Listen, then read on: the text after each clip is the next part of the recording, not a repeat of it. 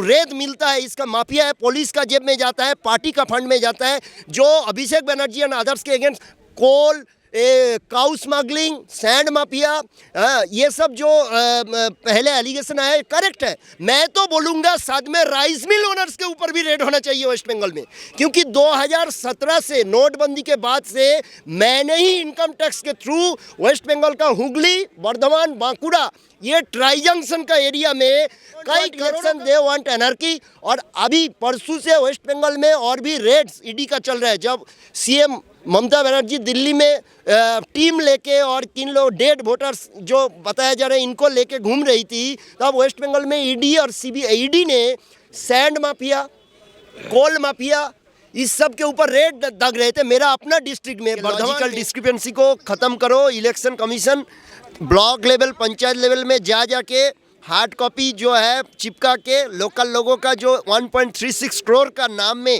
Logical discrepancies आया था, इसको ख़त्म करो।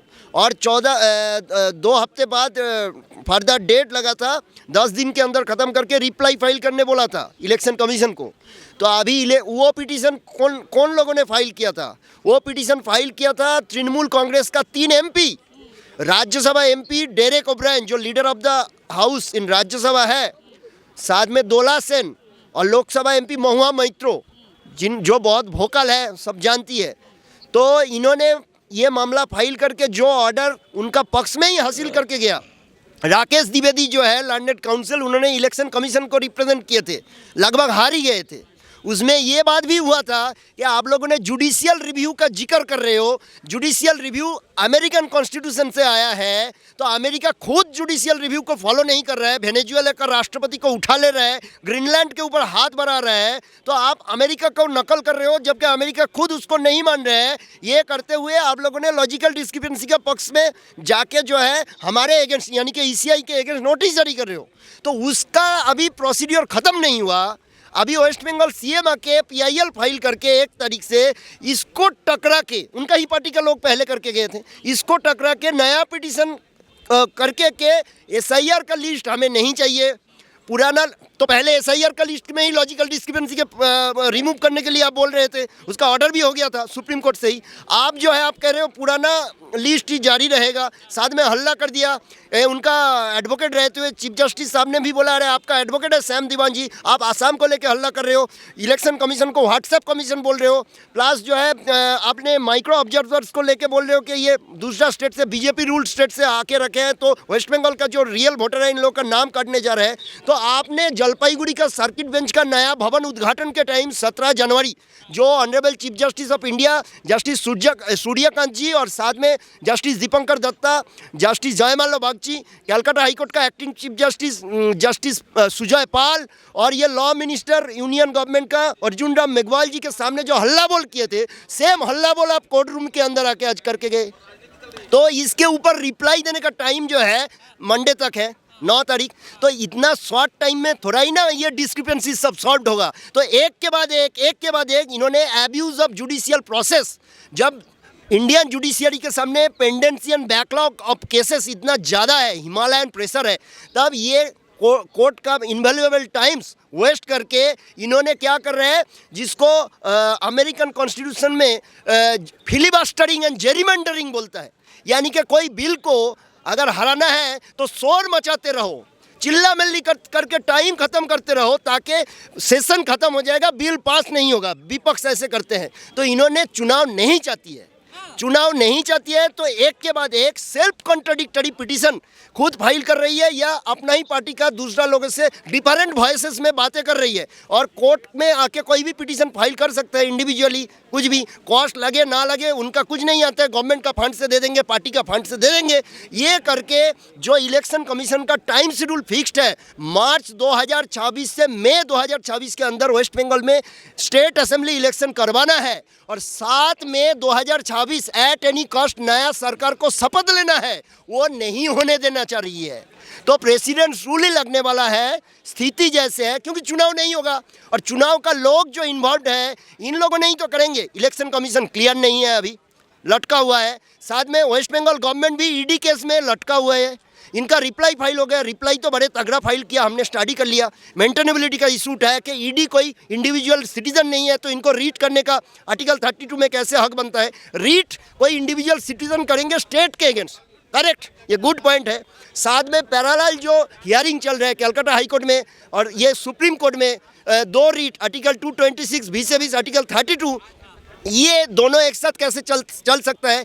अभिषेक मनु सिंघवी जी पहले ही फोरम शॉपिंग का एलिगेशन लगाए थे ईडी मैटर में। ईडी मैटर का हियरिंग 10 तारीख, और इसमें सॉलिसिटर जनरल तुषार मेहता ने टाइम सीख कर लिया रिप्लाई के लिए या उसका प्रिपरेशन के लिए।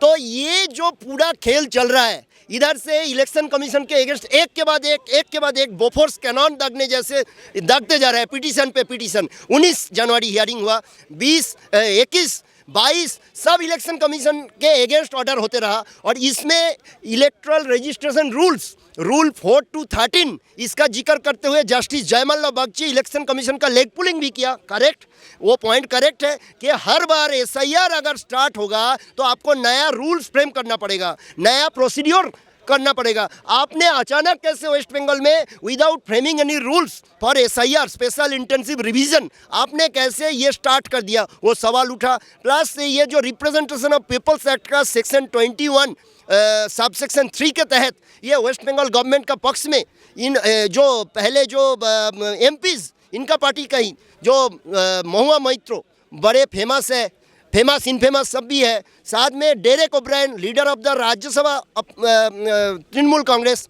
और दोला सेन, इन लोगों ने जो पिटीशन जीत के गए हैं लगभग, अभी इन्होंने ममता बनर्जी खुद आके उसी पिटीशन का जो आउटकम है, फ्रूट्स है, उसको हराने के लिए आगे है। तो इन लोगों का इंटेंशन क्या है, मेला fight. They don't want election, they want anarchy. और अभी परसों से वेस्ट बंगाल में और भी रेड्स ईडी का चल रहा है। जब सीएम ममता बनर्जी दिल्ली में टीम लेके और किन लोग डेड वोटर्स जो बताया जा रहा है इनको लेके घूम रही थी, तब वेस्ट बंगाल में ईडी और ईडी ने सैंड माफिया, कोल माफिया, इस सब के ऊपर रेड दाग रहे थे। मेरा अपना डिस्ट्रिक्ट में बर्धमान में, क्योंकि वहाँ नदियाँ बहुत सारे, फैक्ट है कि सैंड माफिया है वहाँ पे।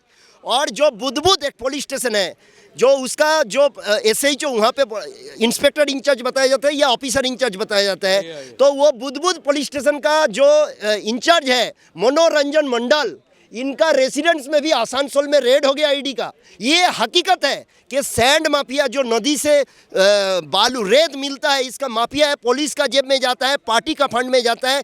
जो अभिषेक बनर्जी एंड अदर्स के अगेंस्ट कोल, काउ स्मगलिंग, सैंड माफिया, ये सब जो पहले एलिगेशन आया करेक्ट है। मैं तो बोलूँगा साथ में राइस मिल ओनर्स के ऊपर भी रेड होना चाहिए वेस्ट बंगाल में, क्योंकि 2017 से नोटबंदी के बाद से मैंने ही इनकम टैक्स के थ्रू वेस्ट बंगाल का हुगली, बर्धमान, बांकुड़ा, ये ट्राई जंक्शन का एरिया में कई करोड़ों का काला धन लोकल कोऑपरेटिव बैंक से हमने पकड़वा दिया था, तो पकड़ लिया था। तो दुर्गापुर जो इनकम टैक्स का ऑफिस और उससे बेनामी एसेट्स और मनी लॉन्ड्रिंग का भी कनेक्शन है जो कई सौ करोड़ों में है। ये लोग जो है जो सत्ता में रहता है, कभी सीपीएम, कभी टीएमसी, कल बीजेपी आएगा तो बीजेपी में न्यूट्रली, मैं कॉन्स्टिट्यूशनल फंक्शनरी हूँ, इन लोगों को फंडिंग कर करके वहाँ पावर एंजॉय करते हैं। हाँ, तो इनका अभी जो है पीछे कानून का जो है टाइम बॉम्ब फिट हो गया, कानून का टाइम बॉम्ब। तो ये भाग रही है। किसी का पीछे अगर टाइम बॉम्ब फिट हो जाता है तो वो एक जगह बैठ सकते हैं। तो उनका जो है जान हथेली में लेके हर जगह भाग रहे हैं, फोरम शॉपिंग कर रही है। जलपाईगुड़ी सर्किट बेंच में सीजीआई कोई नया भवन उद्घाटन करने गया, वहाँ पे हल्ला बोल कर रही है, कोर्ट रूम के अंदर हल्ला बोल कर रही है एडवोकेट रहते हुए। मैं भी पिटिशनर इन पर्सन हूँ, अगर मेरा साथ कहीं एडवोकेट है मैं साथ में जाके सुन सकता हूँ, लोअर कोर्ट हो, हाई कोर्ट हो, सुप्रीम कोर्ट हो, मैं जाके तो बीच में हल्ला बोल नहीं कर सकता। एलएलबी किया ना भाई साहब, एलएलबी किया है तो पिटिशन आप एडवोकेट रखे हो, खुद क्यों बोल रही हो? Against the decorum of the courtroom, CJI साहब ने टोका है कि mister Diwani is competent enough, why are you interfering? और उसमें उन्होंने कोर्ट रूम का डेकोरम है, आप खुद कैसे? यार सुनिए, या तो अगर आप मतलब पिटिशनर इन पर्सन है तब आप अपने से बोल सकते हैं। अगर आपने लॉयर हायर किया हुआ है तो you will have to give the lawyer authority to speak on behalf of you. आपने लॉयर हायर कर लिया, चिल्ला आप रही हो, समझे? तो ये जो है इलीगल फॉर्म हो गया वहाँ पर। You can not do it like this. लेकिन सर उन्होंने तो मतलब एक तरीके से उन्होंने आदेश मांग के ही तो किया है ना sir. No no no no, आदेश मिलेगा ही नहीं। अगर अगर कोर्ट को ऐसा लगेगा कि विक्टिम जो है या पिटिशनर जो है अदालत में उपस्थित है और उससे हम कुछ जानना चाहते हैं, डायरेक्ट जानना चाहते हैं, तो खुद कहेगा, वकील को कहेगा कि आपके पिटिशनर कहाँ हैं, हम उनसे बात करना चाहते हैं। वो कोर्ट खुद जो सुओ मोटो पूछता है। नहीं तो chaos हो जाएगा ना। अदरवाइज तो कोई भी आदमी पिटिशनर रहेगा, वो कहेगा नहीं सर ये वकील साहब पूरा नहीं जानते, हम जानते हैं, ये वो उधर से उधर का पार्टी कहेगा नहीं नहीं, तो फिर तो घर में ही पंचायत कर लो ना। कोर्ट में आने का क्या तो वही ज़रूरत कर रही है। है, वकील रखने का क्या ज़रूरत है। पावर तो पर्सन को अभी है ही, आपको है पावर कि खुद अपनी बात जब आपको खुद करना है तो why you are engaging the lawyer, you know. तो ये जो है पूरा तमाशा डिपेक्ट कर रहा है कि this is not going to happen properly. पूरा तमाशा है इनका, नौटंकी है, समझे ना। Because there are few people in this country, उनका पूरा पॉलिटिक्स जो है तमाशा, नौटंकी, मदारी छाप जो है उसी पर टिका हुआ है। जैसे ये हो गए और एक अभी मुक्ता हुए हो गए, लालू जी हो गए, ये लोग क्या हैं, पूरा तमाशा कीजिए। और देश में लालू, फिर राहुल बिंसी हो गए, ये सब क्या है। कुछ जैसे एक उन्होंने बताया ना हमारे छोटे भाई ने कि अमेरिका में यूजुअली क्या होता है कि अगर हमको पूरे प्रोसेस को, पार्लियामेंट को यू अपने इशू को इस्टेब्लिश नहीं करने देना, अपोजिट पार्टी को नहीं करना, तो अननेसेसरी हो हल्ला करो, यूएनए क्राई करो, कोई बिल को पास होने नहीं दो। तो यही सी तरह जो है इनका। प्रोसेस आप कैसे देखते हैं, मतलब क्या लग रहा है कि रोक लगाने की डिमांड कर रही हैं तो it's totally anarchic way of see is going. क्या उनको इलेक्शन कमीशन ऑफ इंडिया को संविधान का जो आर्टिकल 324 में 100% एक्सक्लूसिव पावर है कि कभी भी किसी भी स्टेट में वो उसको अगर कुछ डाउट है तो एसआईआर करवा सकती है। क्या तुरंत असम में भी चुनाव वहाँ क्यों नहीं हो रहा है? होगा ना, फेज वाइज होगा, फेज वाइज हो रहा है। पहले बिहार में हुआ तो वहाँ पर सवाल उठाया गया कि इन्हीं लोगों के द्वारा तो सवाल उठाया गया कि भाई आप और भी जगह क्यों नहीं कर रहे हो, नेशन वाइड क्यों नहीं कर रहे हो। तो नेशन वाइड करेंगे तो लो, पूरा नेशन का अनाउंसमेंट हो गया। असम में एनआरसी हुआ है ना, सुनिए एनआरसी होके रखा है। हाँ, तो वो बेसिकली जो है वो सिस्टमेटिकली सब जगह होगा, समझे ना। अब सेकेंड फेज में 12 स्टेट में चल रहा है, केवल वेस्ट बंगाल में तो चल नहीं रहा है। उसके बाद बाकी के स्टेट में थर्ड फेज में चलेगा। तो जहाँ जहाँ सामने इलेक्शन है तो उसमें इलेक्शन में वोटर को जो डेड हो गया उसको काटना है, जो 18 साल कंप्लीट कर लिए एलिजिबल कॉम्पिटेंट वोटर है उनका नाम जोड़ना है, या जो रिपीटेड नाम आ गया या अन्य तरह का कोई प्रॉब्लम है, डिफेक्टिव है या मतलब इलीगल वोटर्स है उनका नाम डिलीट करना है। तो ये तो सारा process with in the framework of law चल रहा है। लेकिन इतने दिनों से आप प्रैक्टिस कर रहे हैं, आपको क्या अनुमान लग रहा है कि मंडे को क्या होने वाला है? मंडे को कुछ नहीं होगा। नोटिस जो हुआ है तो वहाँ इलेक्शन कमीशन ऑफ इंडिया जो है व्हाट्स इज उसका इंटेंशन समझिए क्या है। साफ साफ इंटेंशन है कि बिकॉज पहले उन्होंने एक एलिगेशन लगाया कि बीएलओ जो है 57 बीएलओ की जो दबाव में आकर इलेक्शन कमीशन और एसआईआर के वर्क के लोड के दबाव में आकर वो लोग सुसाइड कर लिए हैं। लेकिन जब कई एफआईआर भी हुए हैं और कई लोग जो गवाह के रूप में आ गए हैं और उन्होंने एविडेंस में दिया कि नहीं हमने एसआईआर के कारण दबाव में आकर बीएलओ ने नहीं किया, हमारा पर्सनल रुपये का लेन देन था किसी के साथ, किसी का था कि जो सिंडिकेट है इनका टीएमसी का सिंडिकेट है वो जो है form number 6 and form number 7 हम लोगों से छीन रहा है और ज़बरदस्ती जो है ऐसे लोगों का मतलब नाम को ओके कर रहा है जो एलिजिबल वोटर नहीं है, और जो एलिजिबल वोटर है उनको ये लोग डिलीट कर रहे हैं, यू नो। तो ये तो इंटेंशन जानकर ये पूरा ह्यू एंड क्राई और सिस्टम को उलझाया इसलिए जा रहा है बिकॉज ये 3 लेयर में जो है स्क्रीनिंग होती है इलेक्शन कमीशन का पूरा प्रोसेस का 3 लेयर। तो फर्स्ट लेयर ख़त्म हो गया, सेकेंड लेयर में जो है ये जो इनके सिंडिकेट के द्वारा जो क्राइम किया गया है वो फिर पकड़ा नहीं जाए।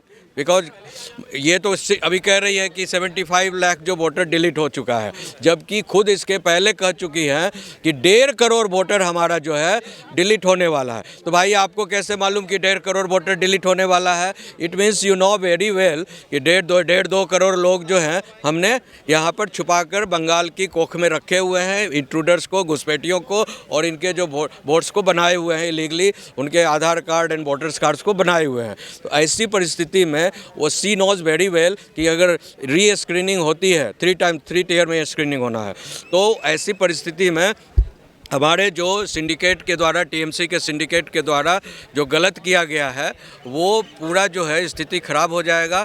इसीलिए जो है फाइनली वो बचना चाहती है इस क्राइम से, अपना फेस वैल्यू को खराब नहीं करना चाहती है। नहीं, इसके साथ और पॉइंट है, इन्होंने क्या चाह रही है खुद ही कॉन्फ्यूज्ड है। अगर वोटर लिस्ट का क्लीनिंग का बाद भी है तो पिछले दिन आपका 3 MP पिटीशन करके यहाँ से उसका 1.36 करोड़ का लॉजिकल डिस्क्रिपेंसी का जो है रिमूवल, वो उसका ऑर्डर करा के लेके गए। अभी आप आज आके कह रही हो मुझे वो नहीं चाहिए, मुझे पुराना लिस्ट से वोट कराओ, क्योंकि इनका खतरा मंडरा रहा है कि अगर लॉजिकल डिस्क्रिपेंसी रिमूव हो जाएगा उसमें से बहुत सारे वोटर रियली डिलीटेड हो जाएंगे जो इनका वोटर में से आएंगे, जिसको 2 नंबरी Aadhaar card, voter card, ration card बना के इनका गवर्नमेंट ने वेस्ट बंगाल का इंडिया का सिटीजन बनाए। तो इन लोगों ने देखा है ना घर का ना घटका करके रखो, ताकि मैं रहूं यहाँ पे, ना इलेक्शन कमीशन रहेंगे, ना कानून रहेंगे, ना संविधान रहेंगे, मेरा ही राज रहेगा और हर जगह मैं omnipresent, omniscient, omnipotent होके, ओमनी प्रेजेंट मतलब जो आदमी हर जगह प्रेजेंट है, भगवान को माना जाता है, ओमनी प्रेजेंट हर जगह प्रेजेंट है। ओमनी साइंट मतलब सब नॉलेज है। इन्होंने इधर भी जा रहे उधर भी जा रहे, मैं इधर चला मैं उधर चला, गाना नहीं था तो मैंने कहाँ खो गया, ऐसे कुछ गाना था, तो वो इधर भी जा रही है उधर भी जा रही है। और जो है omniscient, omnipresent, omnipotent, all powerful, court के अंदर रख के भी हल्ला कर रहे हैं, जजेस के सामने गवर्नमेंट का प्रोग्राम में भी हल्ला कर रही है। तो इनको अल्टीमेटली जो है चुनाव नहीं कराना है, हम जो समझ गए कॉन्स्टिट्यूशनल नॉलेज से, और एनआरकी क्रिएट कराना है सिस्टम को अब्यूज़ करके, इंडियन पॉलिटी कॉन्स्टिट्यूशन को अब्यूज़ करके एनआरकी कराना है। और एनआरकी का रिजल्ट में कुछ भी हो जाए, चाहे नहीं, वो ये कह रहे हैं ना, लड़ने वाली नेत्री है ना, तो कुछ